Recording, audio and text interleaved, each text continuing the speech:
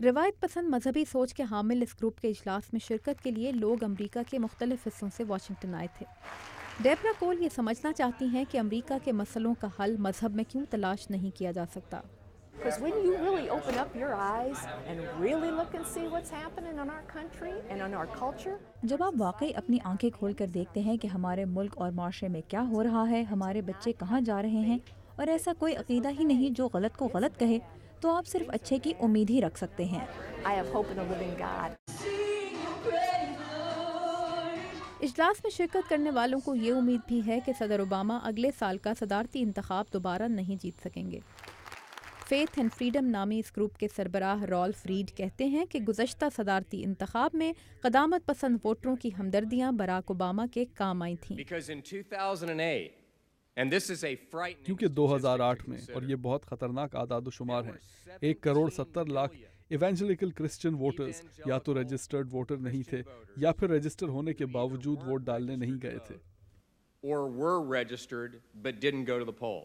Ralph red قدامت پسند عیسائیوں کے ایک اتحاد کی قیادت کر چکے ہیں جس نے مذہبی سوچ رکھنے والے امریکیوں کو 90 کی دہائی میں ریپبلکن پارٹی کو ووٹ دینے کی ترغیب دی تھی۔ بعد میں ان کی سیاسی کامیابیوں کا تسلسل ایک اسکینڈل کی بنا پر ٹوٹ گیا تھا، لیکن ریڈ اب ایک بار پھر واشنگٹن کے سیاسی منظر پر سرگرم ہیں۔ 2012 کے انتخابات کے تمام ممکنہ ریپبلکن صدارتی امیدوار ان کے اجلاس میں شرکت کر چکے ہیں۔ Join me in prayer on behalf of our nation. Michelle Bachmann امریکہ میں حزب اختلاف کی تحریک ٹی پارٹی کی اہم شخصیت بن کر ابھری ہیں، جس نے ٹیکسوں میں کمی اور محدود سرکاری اخراجات کے مطالبے پر گزشتہ سال ملک کے وسط مدتی انتخابات میں واشنگٹن کا سیاسی منظر تبدیل کر دیا تھا۔ لیکن کچھ قدامت پسندوں کا کہنا ہے کہ غریبوں کی سرکاری امداد میں کمی کرنا عیسائی مذہب کی تعلیمات کے منافی ہے۔ پریسبیٹیرین پادری جینیفر بٹلر کو مذہبی قدامت پسندوں اور ٹی پارٹی کے مضبوط ہوتے سیاسی اتحاد پر تشویش ہے۔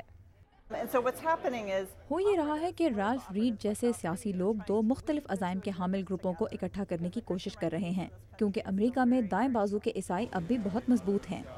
امریکہ کے دائیں بازو کے مذہبی حلقے ہمیشہ اسقاط حمل اور ہم جنس پرستی جیسے معاملات کو اہمیت دیتے رہے ہیں، لیکن conservative ethics and public policy centre کے مائیکل کروماٹی کہتے ہیں کہ 2012 کے صدارتی انتخاب میں یہ مسائل اہم نہیں ہوں گے۔ میرا نہیں خیال کہ ایسا ہوگا، کیونکہ اس وقت حالات ایسے نہیں۔ اس بار اہم موضوع معیشت اور دہشت گردی کے خلاف جنگ ہوں گے۔ مائیکل کروماٹی کے خیال میں اسی وجہ سے قدامت پسند عیسائی حلقے کے لیے مورمن عقیدے کے امیدوار مٹ رومنی یا جان ہنسمن میں سے کسی ایک کو ووٹ دینا آسان ہوگا، جنہیں کچھ ایونجیلیکل حلقے عیسائی تسلیم ہی نہیں کرتے۔ جیروم سوکولوفسکی کے ساتھ تابندہ نعیم، اردو VOA۔